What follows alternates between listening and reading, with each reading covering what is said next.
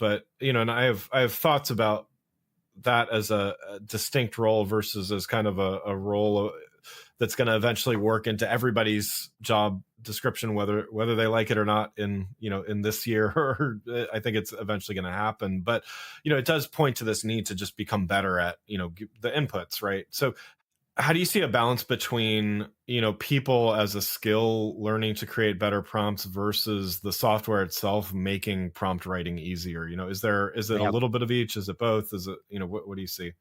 Well, I think you said it. It's a blend of both. I think, and I share your sentiment on right now we see a lot of job postings around prompt engineers, and that's a very valuable skill set, so on and so forth. But I think the further we get down the road, it's going to be incumbent upon all of us, regardless of background or role, to know our way around prompting in some degree.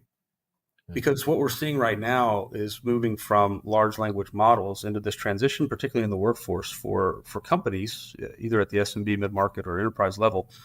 You're going to be needing to have prompt skills, because you're going to be working with your own custom data sets and doing things that are outside of a ChatGPT environment or a Writerly environment, and inside custom data to be able to create outputs that are meaningful and relevant to your work. So I think from that perspective, we're all going to have to get better.